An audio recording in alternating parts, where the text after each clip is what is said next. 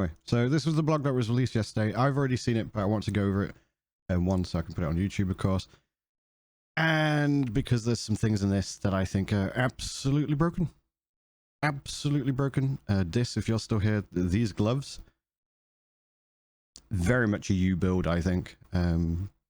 This bottle, a lot of people, when we get to it, they've been like, it's okay. I'd like that it changes things a bit, but they don't think it's that strong. I think they're forgetting that explosive trap exists, and I'll talk about that in a bit. But let's continue. Hello, travelers, and thank you for joining us for another pre-patch blog post. In today's post, we're going to be taking a look at some of the new items and affixes you'll find in Eterra with our release later this week. We're expanding the range of base items for boots, gloves, and belts, and with new armor sets coming, as we talked about on Thursday, those will get new item-based effects as well. Further, we'll take a look at a couple of new generic affixes, new mastery affixes, and a few of the new unique items you'll be able to find February 21st. New item bases. New boots. Boots are receiving 2 new base item types, as well as implicit changes for 2 other bases. Those 2 new boots, the 2 new boots rather, are both endgame boots, Citadel boots offering reduced bonus damage taken from critical strikes, and Vanguard boots offering effect of haste on you. So you got the Citadel boots, 16% movement, 185 armor, always 185. Reduced bonus damage taken from critical strikes, which is 35 to 50, quite nice. Vanguard boots, 72 armor, 15 to 18 movement speed, and 24 to 50 effect of haste on you, which is, if you've got a really not gear dependent build and you just want to go fast, then these can be quite nice. I don't see them being used in a lot of builds though, to be honest. In fact, I don't see either of them being used in a lot of builds, but I could be wrong. The reduced from criticals, maybe, but it's quite easy to get crit avoidance. So we'll have to see. New glove bases. Gloves have had 3 new base items added and received changes to 3 existing implicits. Taking a look at the 2 of the new implicits, the ascetic gloves offer cooldown recovery speed, while the arcane braces will offer flat mana and increased mana regeneration. So you've got the ascetic gloves, 58 flat armor, 6 to 12% increased cooldown, and then the arcane braces, 36 flat armor, 20 to 36 mana, and 12 to 24% increased mana regen. Maybe, like, if I start playing more mage builds, I could see myself using those. These... There are definitely going to be some builds that are going to want all the cooldown recovery. But the good thing about Last Epoch is generally there are ways to bring down cooldowns relatively easily, to the point where they don't feel, like, arduous, like they kind of do in Diablo 4. Like, your ult has a 1-minute cooldown, you're like, oh bro. Like, cooldowns aren't generally that big in Last Epoch, so cooldown recovery isn't too big a need, but it's nice for those who need it, I suppose. It's niche is what I'm trying to say. New belt bases. Belts previously lacking diversity of selection are receiving 4 new base types, as well as changes to 4 existing implicits. Today we are taking a look at 3 of the new belts: the Divine Girdle, offering increased movement speed, the Praetorian Belt, offering high armor, and the Chain Belt, offering Ward Decay Threshold. So you got Divine Girdle. You see that? Okay, you can. Increased movement speed, 4 to 8, potion slots. Again, if you've got a build that's not very gear dependent, I can see people using that just so they can zoom, but builds generally tend to be somewhat gear dependent. Praetorian Belt is more armor, more slots, which is just basically replacing another belt. Chain Belt, Ward Decay. I don't have a lot of experience with Ward Decay yet. I know Ward is like broken at the moment, and very, very meta. Low life Ward builds are very, very strong.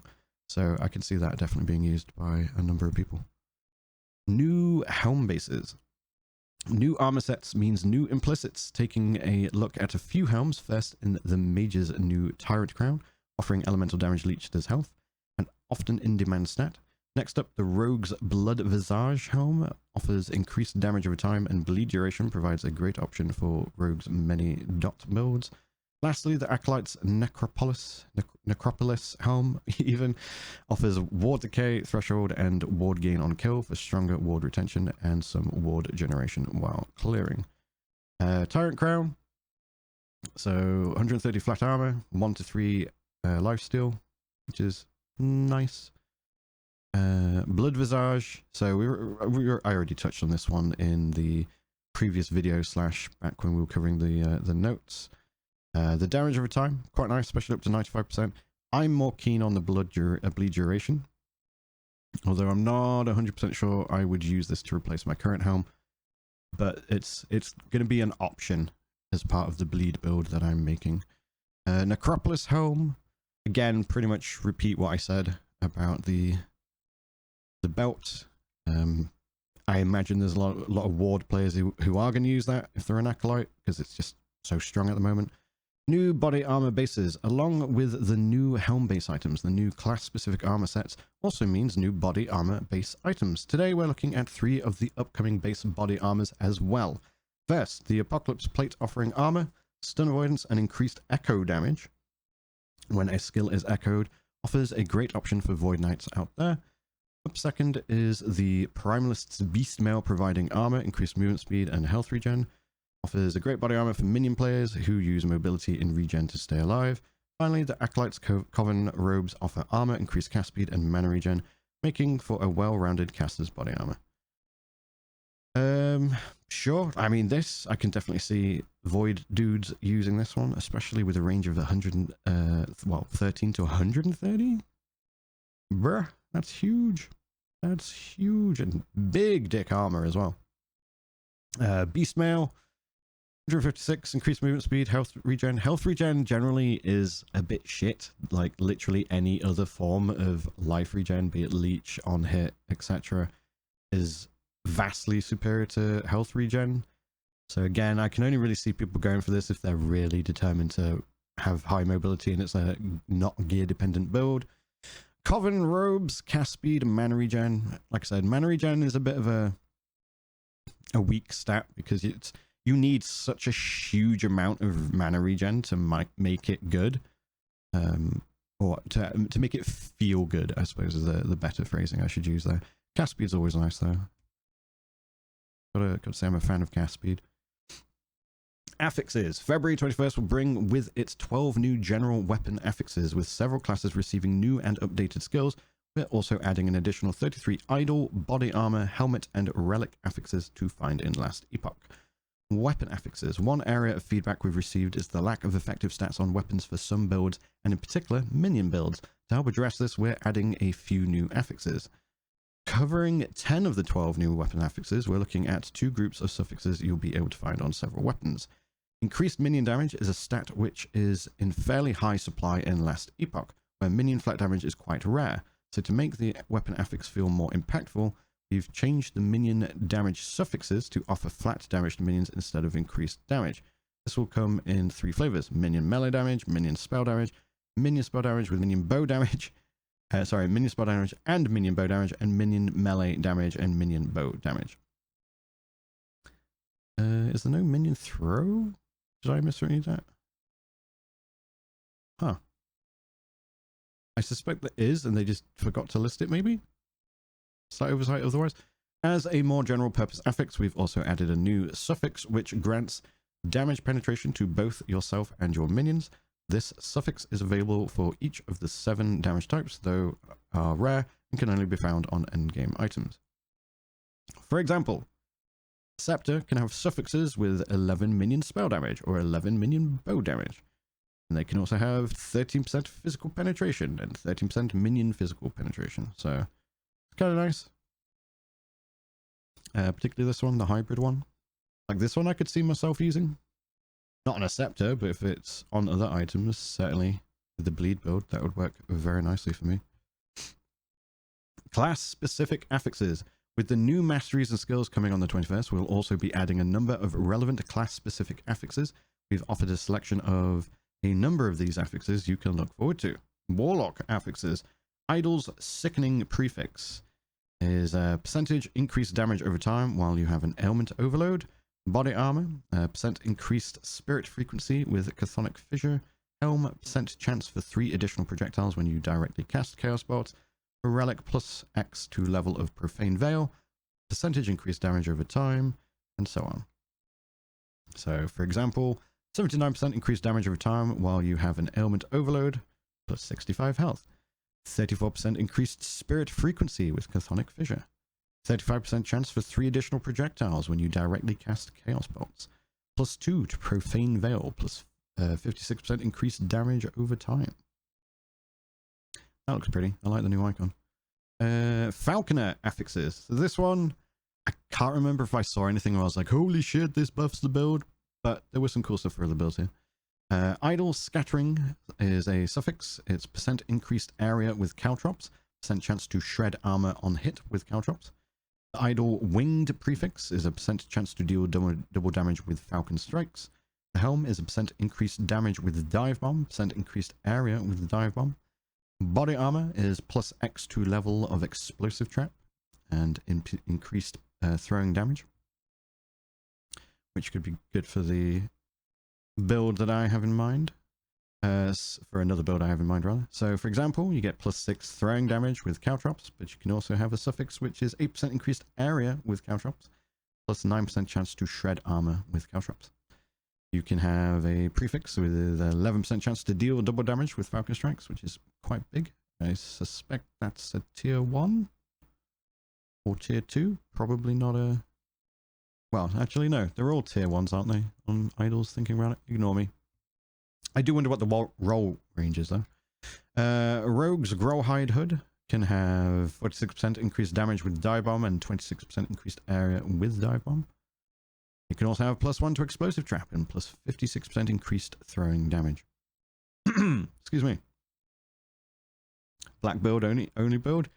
We'll see, mate. When I start talking about these uniques, you're going to be like, wait, you what? Primalist, Gathering Storms, Idle Reckoning prefix is percent increased frequency of expending storm strikes. Body armor is plus X2 or plus level to Gathering Storm, increased area effect. Helms has a percent chance to gain storm stack when you're using Gathering Storm and hit an enemy. So, for example, 20% increased frequency of expending storm stacks. Plus 15% physical resistance, although that's the suffix. And I've noticed they've changed the actual art. So suffixes, because it used to be it was on one side. Oh, God's sake. You can see the little golden arrow, and then you've got like the silvery bluish arrow. It used to be both gold. I think that's actually a lot less clearer to see. I don't think they should have changed that color. Hence, I read them as the same affix. Primalist's Oak Armor can have plus 2 to Gathering Storm, 19% increased area of skills, 31% chance to gain Storm stacks when you use Gathering Storm and hit an enemy. New uniques. So there's some really cool shit in here. So lastly today, we're taking a look at some of the new uniques to look forward to in just a few days with the release of Last Epoch. Sigian's Reprisal. This shield offers a new way to create a retaliation build by granting shield throw, throwing damage based on your damage reflected, as well as a chance to retaliate with shield throw when you block.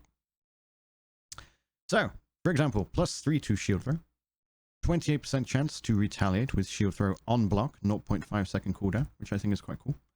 Plus 14% to block chance. It can also have block chance in the implicit. So that's 14 on top of that 19 to clarify. 113 damage reflected to attackers, sure. Plus 1 throwing damage for shield throw per 10 damage reflected to attackers. So this could be a really interesting shield throw build. Obviously, it does mean that anyone who does shield throw will be using the shield, so it would be nice to see other shield throw based gear in the future, hopefully. Communion of the Erased, a new Weaver's Will item coming to Atera. Communion of the Erased doubles all stats on the belt for 1 second after using a potion, as well as grants additional potion slots for each Weaver's Will item you have equipped. So, what does this mean? First of all, not a lot of people know what Weaver's Will is. So, in Last Epoch, you have either items that are specifically Weaver's Will. So, Communion of the Erased will always be a Weaver's Will item. Otherwise, you can get unique items, most of which have the means to have legendary potential.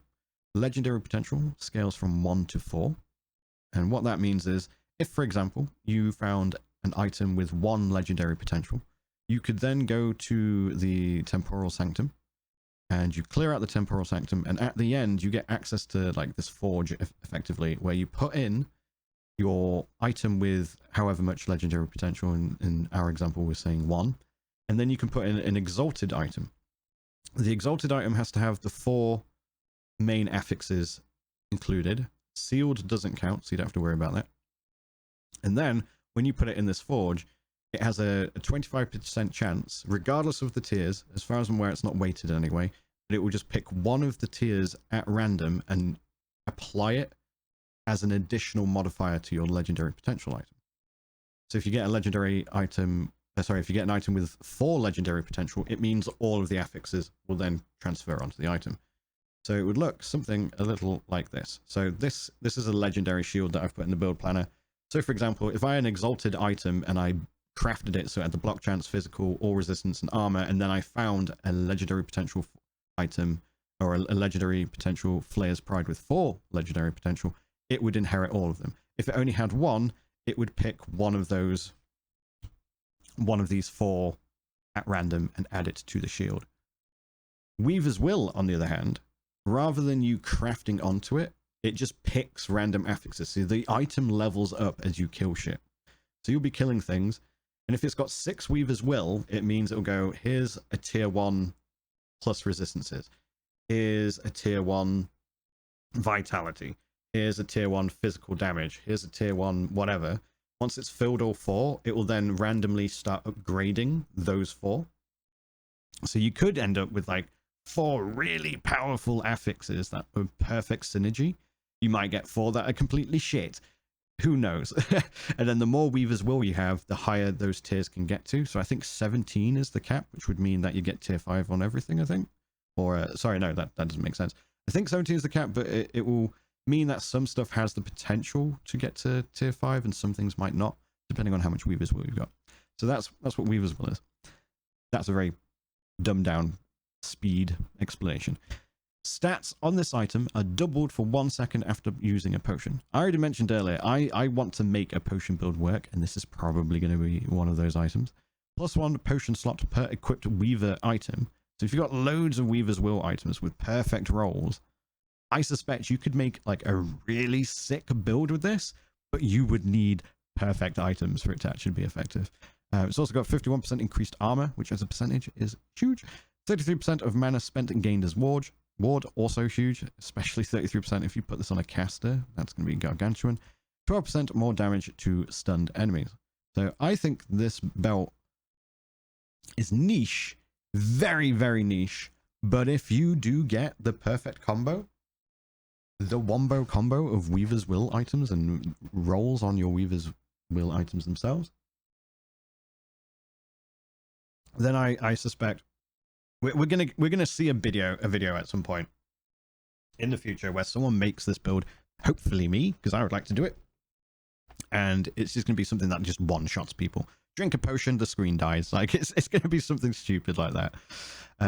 Falcon Fist. Okay, dis. Hear me out. These are broken as fuck as far as I'm concerned. I haven't, like, disclaimer, I obviously haven't played with them. I haven't got access to the closed test. Hear me out. Okay, let me read the blurb. Unarmed builds are always a common topic of discussion. While we don't have any core mechanics for unarmed combat, the last unarmed unique we introduced has been quite popular. We felt the Falconer had a great opportunity to add another, synergizing with Cinder Strike and your Falcon. This new unique allows you to punch your way to victory. So you'd wear this, but not a weapon. You can have a shield, but no weapon. Okay? It had me at the first word. Okay. 13 plus 13 flat damage to Cinder Strike melee damage per level of falconry while unarmed. 13 per level of falconry. So even if you have godly shit gear, gear that is so shit, Satan comes up and goes, I made that. You're still going to get 13 times 20 flat damage which of course can then be increased with increased damage and then multiplied by more damage. I'm pretty sure you can get falconry to level 30 relatively easy. Like, you get +4 on here already. And then you can get like 1 or 2. There's the falcon, the new item, or the renamed item. I don't know what item type that is, the falcon. That gives +1. You've got the thorn slinger belt, which adds +1 to physical, which falconry is. And then you've got omnis, which is +1. And of course, you've got skills like an idols and shit, or whatever, that are going to add falconry. So you're probably going to be able to exceed +30. 13. Like, how much? Like, I'm not. Like, I'm good at mathematics, but I'm not good at mental arithmetic. So forgive me for whipping out a yield calculator. So let's just say 30, because I think 30 is very reasonably achievable. 390 flat damage just from your fucking gloves, mate. 4% increased Cinder Strike area level of falconry while unarmed. Area. The first strike is an explosion, by the way, in Cinder Strike. You can also spec it so you only do the one strike. So you could go skills, Cinder Strike. Cinder Strike now only has the first attack, but costs significantly more mana. Fair play. But the first attack you can also use to drop exploding flasks and all sorts of shit. Like, you could spec this Cinder Strike build. Like, Cinder Strike is a good ability at the moment. It's not S tier, but it's like, it's a solid A tier skill, I would say. But this, it just breaks it out of the wazoo. While unarmed, your falcon's hits grant Cinder Strike +4 melee damage and 1% increased area for 6 seconds. You could then also increase the attack speed of your falcon. Like, maybe with just your passives, you could be naked and you could have your falcon's hits hitting every second easily. And it doesn't say if it stacks, but if it does, but basically your uptime of this is always going to be up. And I'm assuming it stacks. The Falconer, yeah, it's part of the new mastery for the rogue, which is super strong. I don't know if you've seen my bleed build. My bleed build is going to be broken. My current bleed build can get 800 stacks of bleed. I predict with the new Falconer changes, it's going to be well over 1,000. I'm predicting about 1,200, and even then, I think I'm being conservative. Like, there's so many Falconer. Like, Falconer, the mastery is, I was saying earlier in the other video that I'm putting on YouTube, the patch notes, I think Falconer is arguably one of the best balanced skills, because usually when you're balancing skills, you're trying to reduce the gap between the ceiling and the floor to get to a decent middle ground. I feel like Falconer's floor is already at that middle ground, and they just need to lower the ceiling a little bit. So I think it's one of the arguably like best balanced. I think the skills that are broken and like super strong. They've already disabled one of the nodes in my build. Like, on release, it will not function. It is turned off because it's going to be so strong. But I still think my build is going to be really, really strong without that one node. And when it does turn on, it's just going to be, you know, you know what I mean? But yeah, +3 to Cinder Strike, +4 to Falconry, melee attack speed, 24 melee fire damage for you and your minions. I think these gloves are broken as fuck. I can't wait to try them. If I find them, then this is probably going to be my second build. Especially since I can just respec the rogue for the sake of making videos and shit like that. So yeah. Falcon fists, broken. Absolutely broken. You just fist things and they die.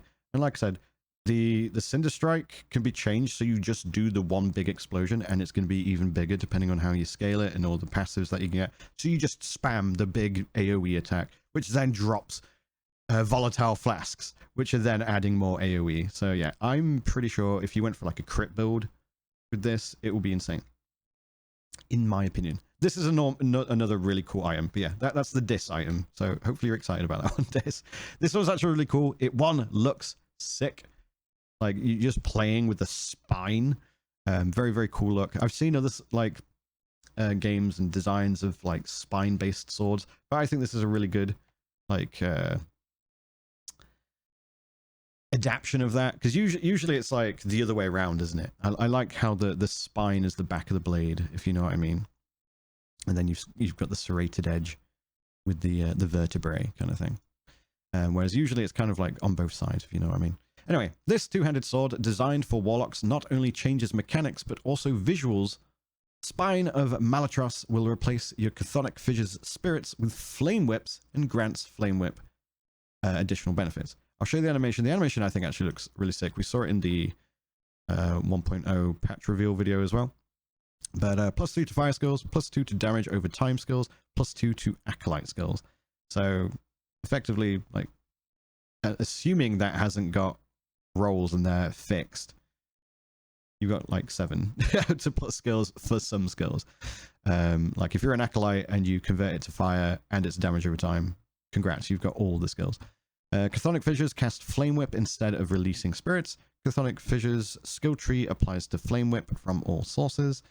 6% critical strike multiplier with Flame Whip per 10% uncapped necrotic resistance. So just stack all the necrotic, get all the crit multi. +68 spell. And that's what it looks like. I think that looks cool. I think that genuinely looks really, really cool. Very, very fast. And yeah. Vial of Volatile Ice. This one is the one that people were looking at, and they were like, yeah, it changes things. It might be cool. I think it's got a lot of potential. The last item we're having a look at today, which also changes visuals, the Vial of Volatile Ice, is a new unique catalyst. Yes, catalyst for rogues. This item will convert Acid Flask to cold damage and grant it Frostbite chance for a completely new way to build Acid Flask. So the Vial of Volatile Ice, 100% of Acid Flask base damage converted to cold. Poison chance from all sources is converted to Frostbite chance for Acid Flask, plus 55% chance to apply Frostbite on cold hit. 27% increased area of cold area skills, for cold area skills rather. 20% increased cold damage. 69 nice freeze multiplier. I think this is going to be really good with Explosive Trap. So if we go here, excuse me, Explosive Trap. Here is Explosive Trap. One, you have got a node. Let me get rid of that. So that was something I was looking at earlier. You've got this node, Cold Snap Mines. Explosive Trap's base fire damage is converted to cold, so it converts it to cold anyway. Consequently, this damage scales with increases to cold damage, but not increases to fire damage. Fire resistance shred chance from all sources is converted to cold resistance shred. Swaps explosive explosive traps fire tag for a cold tag. So you use this with the acid flasks, convert this to cold as well, so you can just build cold scaling, and you get loads of cold shred. And then you spec into Minefield, so you can have all the traps, plus there are items that will give you more traps. So just with this node, you can get to +10 traps. But then you get Trap Sprinkler. Whenever an explosive trap detonates, it has a chance to drop a fresh explosive trap at its location, as long as there is an enemy within 6 meters. However, the next node, explosive traps dropped by the Trap Sprinkler node are now instead flung at a nearby enemy within 12 meters rather than being dropped. Explosive traps dropped by the Trap Sprinkler node can now drop explosive traps when there's an enemy within 12 meters, even if it's not an enemy within 6 meters. So extend the range, and then when an explosive trap drops a trap by the Trap Sprinkler node, it also flings an Acid Flask for you towards the target location. This consumes mana equal to the portion of Acid Flask mana. So you get this node, you drop +10 traps that then also fling flasks. More flasks than you could possibly throw. And then you scale it with this new item. So it's all cold. It's all applying frostbite. Cold stuff means chill. Chill means damage mitigation because there's less attacks being thrown at you and things like that. They're moving slower, etc. Chill is really, really strong. We like chill. All the damage, all the AoE, trap prolif, yeah, effectively. So I think that's a genuinely like cool item. I've watched a couple of people react to it and they're like, oh, it's cool. It would be nice to have cold damage on a rogue and do something new with acid flasks, because acid flasks are held in low regard at the moment. But I don't think any of them have gone, oh wait, we can use traps to fling acid flasks or cold flasks in this instance, and also scale the trap itself with cold. So all we need to focus on is cold. Now, the one thing I would be a bit like, is potential mana, like depending on how you spec it. Potentially maybe going down here to get like the cluster traps and stuff. It's something I'm going to experiment with, but I see potential. I see a lot of potential with this item, so I'm actually looking quite forward to it. Closing notes. This brings us to the close for today's pre-patch blog post on new items and affixes coming on February 21st. Continuing to build upon existing gearing options, we feel these additions help further itemization within last Epoch, bringing us up to our release standards. We hope the increased diversity of item options will help many builds flourish, as well as create completely new build options. Make sure to join us again tomorrow, as we'll be wrapping up the series of pre-launch blog posts with the full patch notes for last Epoch's 1.0. If you're watching this on YouTube, that video I technically recorded before this one. But yes, it is on YouTube. I'll probably link it in the description to make things easy for you. And if you're watching this now, what do you think? I'm happy, because they only showed us a few, and the stuff that they showed us I thought was interesting. I think this has a lot of potential. I think this is going to be, just looks cool, like the whips. Like, I like that it just changes how it works completely. It's like, oh, it's no longer ghosts, it's these things with faster animations. That's really cool. I think this is straight up broken. Someone's probably going to beat me to it, but I will be making a build guide if I do find these gloves as my second character. This, again, I think is really, really niche. I think it's really, really niche, but if you can get it to the point you want to get it to, it's going to be bananas. The shield, I like the idea of the shield. I like the artwork for it as well. My only concern is, much like in Diablo 4, you've got, like, if you play Twisting Blades, you get Blade Dancer. And I feel like this is going to be the same. It's like, are you playing shield throw? Yes. Well, you need this shield then. So, at least in the early days, it's going to be the best item for all trade shield throw builds, I feel like. Especially when it's +3 to shield throw. And you get free shield throws on a retaliation on block. Like, it feels like it's probably the best item, especially when it has increased physical built into it. So it's a bit of a double-edged sword. Hopefully there are other shields where, because what makes, for me at least, what makes a action RPG exciting, and it's what, again, one of my criticisms for Diablo 4, is choices. When you go, okay, here's a skill. How can I make this skill good? And then you see multiple items, or multiple legendary affixes, or multiple affixes on regular items, or jewels and PoE, or whatever, the things that can play with it. And you go, okay, well, if I pick that one, it does all of this cool shit. And then that cool shit synergizes with that cool shit. But this is also valid, and this does cool shit and cool shit. I want difficult decisions. I want to pause for thought. And I suppose, like, comparatively, like, you've got Diablo 4, and you go, okay, I'm playing this build, so I'm clearly going to pick the thing that specifically synergizes with it and is the only thing that synergizes with it. Like, I've used the Leap Quake analogy before. It's like, okay, here's 10 players, you all have to use Leap. Cool, we're all Leap Quake barbs. Every single one of us. And I feel like every shield throw barb with this item is going to be... Sorry, every shield throw sentinel is going to use Sigion's Reprisal. So hopefully they add more choices where you go, do I want Sigion's or do I want X, Y, and Z? We'll have to see.